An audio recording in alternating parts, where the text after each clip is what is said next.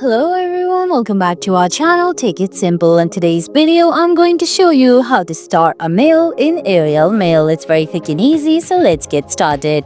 First of all, open the AOL Mail app on your phone. If you don't have the app yet, you can get it from Google Play Store or the Apple App Store. Once you do that, go ahead, launch the app, then sign in. Now on your screen, you can see options like Inbox, Home, Receipts and Subscriptions at the end of your screen.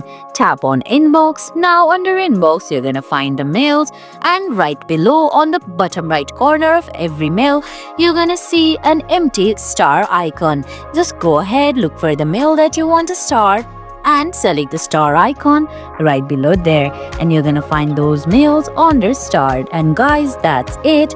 That's how you start a mail in AOL Mail. I hope you found this video helpful. If you did, please give it a thumbs up, leave a comment, subscribe to our channel and hit that bell icon. See you in the next video. Thanks for watching.